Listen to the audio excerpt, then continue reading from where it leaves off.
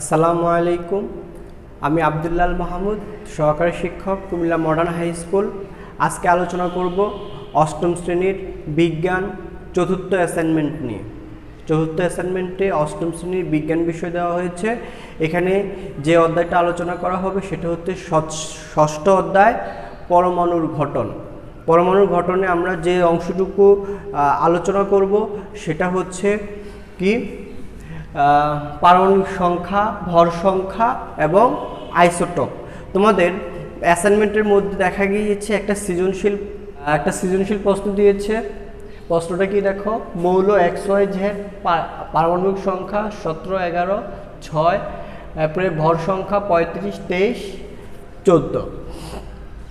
ক, আইসোটোপ কাকে বলে? খ, পারমাণবিক সংখ্যা বলতে কি বুঝো? গরুর ঘ, উদ্দীপকের ছকে উল্লেখিত জেড মৌলের একটি পরমাণুর বিদ্যমান নিউটন সংখ্যা নির্ণয় করো। ঘোড়ার গ, উদ্দীপকের ছকে উল্লেখিত এক্স ও ওয়াই মৌল দুটির পরমাণু সমূহের মধ্যে যৌগ গঠন সম্ভব, যুক্তিসহ বিশ্লেষণ করো। আমরা এই সৃজনশীল প্রশ্নটা নিয়ে আলোচনা করব, ঠিক আছে? আচ্ছা, তাহলে সৃজনশীল প্রশ্নের প্রথমে কি বলেছে? ক, আইসোটোপ কাকে বলে? আইসোটোপ হচ্ছে যে সকল মৌলের প্রোটন সংখ্যা সমান কিন্তু ভর সংখ্যা ভিন্ন, তাদেরকে পরস্পরের আইসোটোপ বলে। আসো লিখি। ক,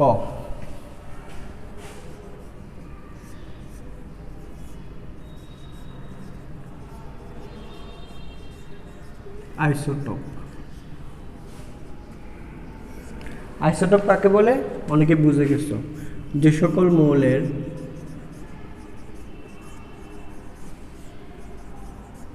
সকল মৌলের প্রোটন সংখ্যা সমান বা পারমাণবিক সংখ্যা সমান, যে সকল মৌলের প্রোটন সংখ্যা সমান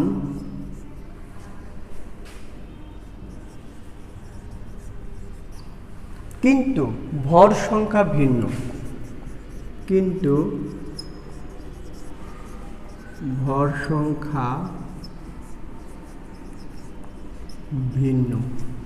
তাকে পরস্পরের আইসোটোপ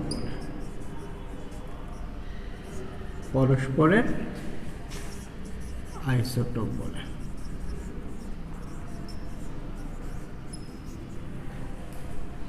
যে সকল মৌলের প্রোটন সংখ্যা সমান কিন্তু ভর সংখ্যা ভিন্ন, তাদেরকে পরস্পরের আইসোটোপ বলে। তাদেরকে লিখি।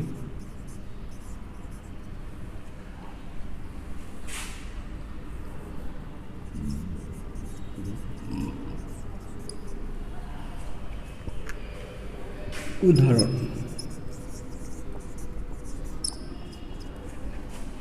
আমরা জানি হাইড্রোজেনের 3টি আইসোটোপ রয়েছে। হাইড্রোজেনের 3টি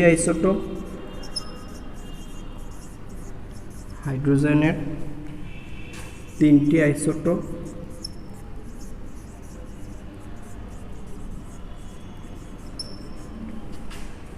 আছে। কি কি? Protium,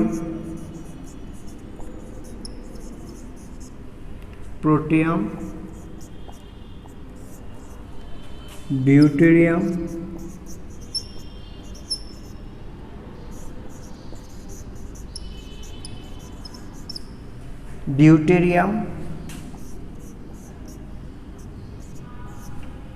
tritium.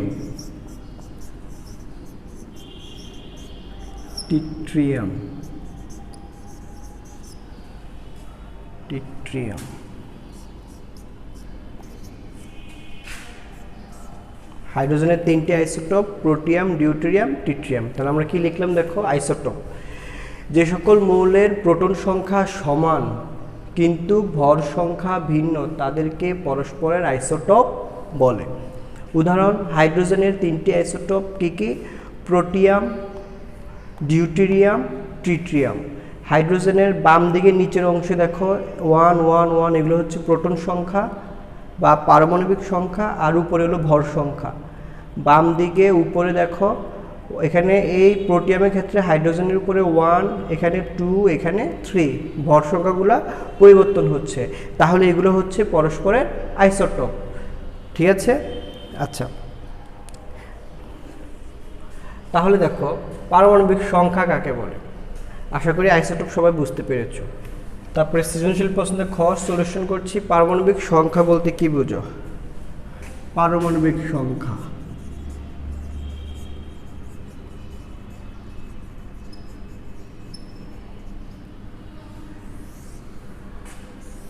আমরা খ সলিউশন করছি।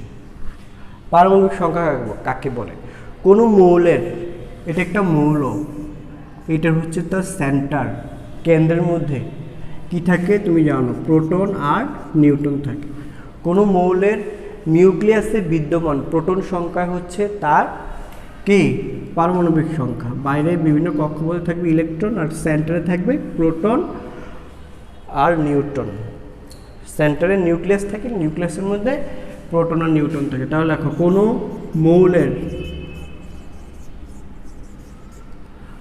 মৌলের নিউক্লিয়াসে বিদ্যমান, কোনো মৌলের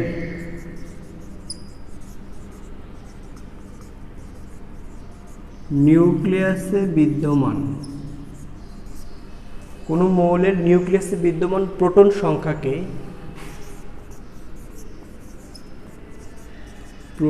সংখ্যাকে ওই মৌলের পারমাণবিক সংখ্যা বলে। পারমাণবিক সংখ্যা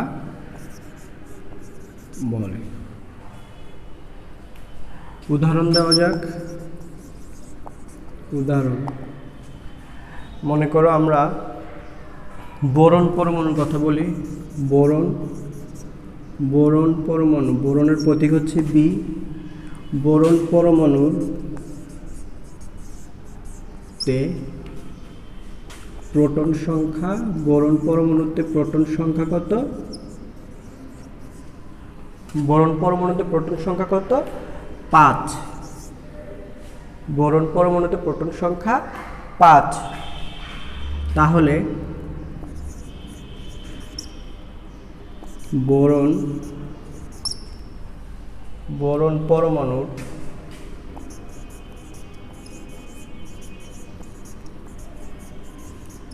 পারমাণবিক সংখ্যা, বোরন পরমাণুর পারমাণবিক সংখ্যা হবে 5। বোরন পরমাণুর পারমাণবিক সংখ্যা 5। ঠিক আছে, কি লিখলাম দেখো? পারমাণবিক সংখ্যা কোনো মৌলের নিউক্লিয়াসে বিদ্যমান প্রোটন সংখ্যাকে ওই মৌলের পারমাণবিক সংখ্যা বলে। উদাহরণ বোরনের প্রতীক হচ্ছে বি। বোরন পরমাণুতে প্রোটন সংখ্যা 5 হলে বোরন পরমাণুর পারমাণবিক সংখ্যা হবে 5। আর পারমাণবিক সংখ্যাকে প্রকাশ করা হয় জেড দ্বারা। একে কি দ্বারা প্রকাশ করে? একে জেড দ্বারা প্রকাশ করা হয়।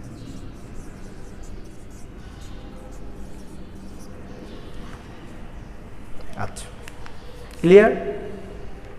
আশা করি ব্যাপারটা সবাই ক্লিয়ার হয়েছে। তারপরে দেখো খুব ইন্টারেস্টিং একটা দিচ্ছে। উদ্দীপকের ছকে উল্লেখিত জেড মৌলের একটি পরমাণুতে বিদ্যমান নিউটন সংখ্যা নির্ণয় করো। তাহলে এখানে জেড একটা মৌল যার পারমাণবিক সংখ্যা 6। নিশ্চয়ই বুঝে গেছো 6 নম্বর পারমাণবিক সংখ্যা বিশিষ্ট মৌলটা হচ্ছে কার্বন। তার ভর সংখ্যা দেওয়া আছে, পারমাণবিক সংখ্যা দেওয়া আছে। তাহলে আমরা কি করব? নিউটন সংখ্যা বের করব। কি বের করব? এখানে কি এখানে জেড মৌলের পারমাণবিক সংখ্যা, এখানে জেড মৌলের পারমাণবিক সংখ্যা হচ্ছে কত?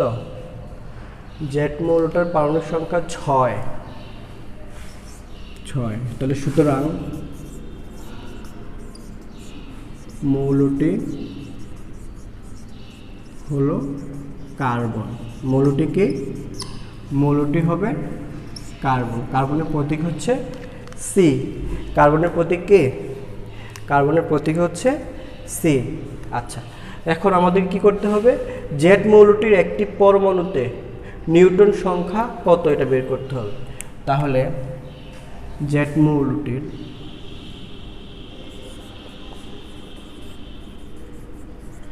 জেড মৌলটির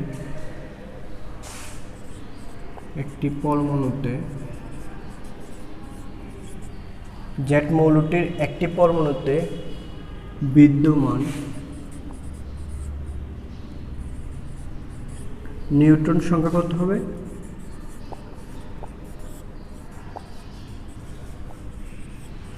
নিউটন সংখ্যা আমরা জানি ভর সংখ্যা ইকুয়াল টু প্রোটন সংখ্যা যোগ কি নিউট্রন সংখ্যা। প্রোটন সংখ্যা পারমাণবিক সংখ্যা একই বিষয়।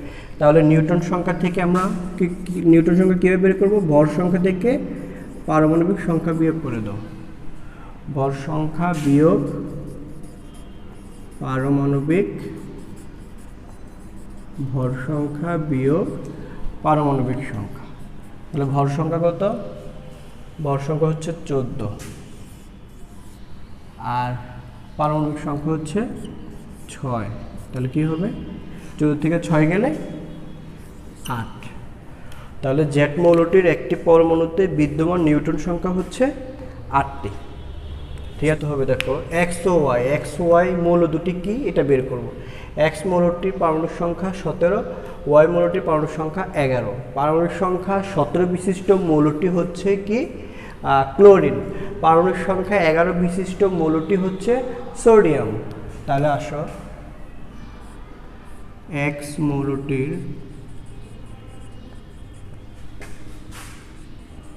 পারমাণবিক সংখ্যা কত? 17। সুতরাং মৌলটি হলো ক্লোরিন। মৌলটি কি? ক্লোরিন। ক্লোরিনের প্রতীক হচ্ছে Cl। এক্স মৌলটির পারমাণবিক সংখ্যা 17, তাহলে মৌলটি হবে ক্লোরিন যার প্রতীক হচ্ছে Cl। তারপর দেখো ওয়াই মৌলটির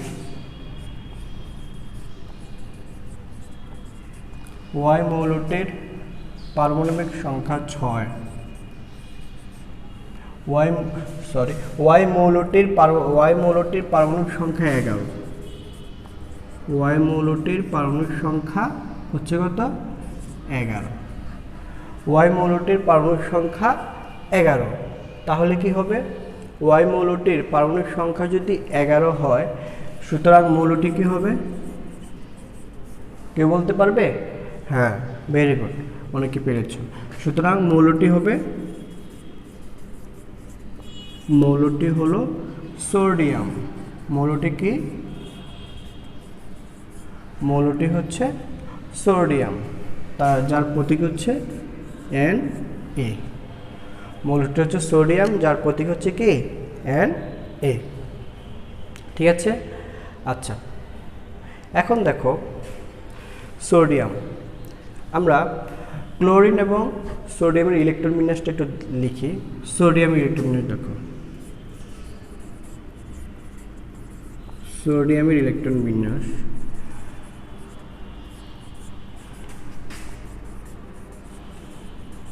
সোডিয়ামের ইলেকট্রন বিন্যাস কি? 281। সোডিয়ামের ইলেকট্রন বিন্যাস কি? 281। সোডিয়ামের ইলেকট্রন বিন্যাস হচ্ছে 281। এখন সোডিয়াম কি করে দেখো, সোডিয়াম যে কাজটা করে এখানে, সোডিয়ামের কাছাকাছি নিষ্ক্রিয় মৌলটা কি? সোডিয়ামের কাছাকাছি নিষ্ক্রিয় মৌল হচ্ছে নিয়ন। নিয়নের ইলেকট্রন বিন্যাসটা লেখো। নিয়নের ইলেকট্রন বিন্যাস এটা হচ্ছে নিষ্ক্রিয় মৌল 281। সোডিয়াম পরমাণু ইলেকট্রন বিন্যাসে আমরা দেখতে পাচ্ছি 281, আর তার কাছাকাছি নিষ্ক্রিয় মৌল হচ্ছে নিয়ন। নিয়নের ইলেকট্রন বিন্যাস হচ্ছে 28। যে সকল মৌলের লাস্ট কক্ষপথে 8টি ইলেকট্রন আছে সেগুলো হচ্ছে নিষ্ক্রিয় মৌল। এই নিষ্ক্রিয় মৌলের আশেপাশের মৌলগুলো সবাই চাবে নিষ্ক্রিয় মৌলের ইলেকট্রন বিন্যাস অর্জন করতে। ঠিক আছে। এখন এই নিষ্ক্রিয় মৌল ইলেকট্রন বিন্যাস অর্জন করবে, এই জন্য এটা কি করবে? এই অবস্থায় স্থিতিশীলতা অর্জন করতে পারবে। এখন দেখো সোডিয়াম যদি তার লাস্ট কক্ষপথ থেকে একটা ইলেকট্রন ছেড়ে দেয় তাহলে কি হবে? নিয়নের ইলেকট্রন বিন্যাস অর্জন করতে পারবে, ঠিক আছে, নিয়নের ইলেকট্রন বিন্যাস সে লাভ করতে পারবে। তাহলে আসো, সোডিয়াম তার লাস্ট কক্ষপথ থেকে একটা ইলেকট্রন ছেড়ে দিয়ে সোডিয়াম প্লাস আয়ন উৎপন্ন করবে, ফলে সে স্থিতিশীল হবে। সে কি হবে? স্থিতিশীল হবে। ওকে, তারপরে দেখো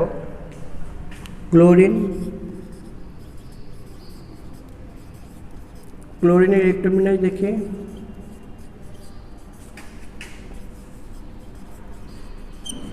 ক্লোরিনের ইলেকট্রন বিন্যাস কি হবে?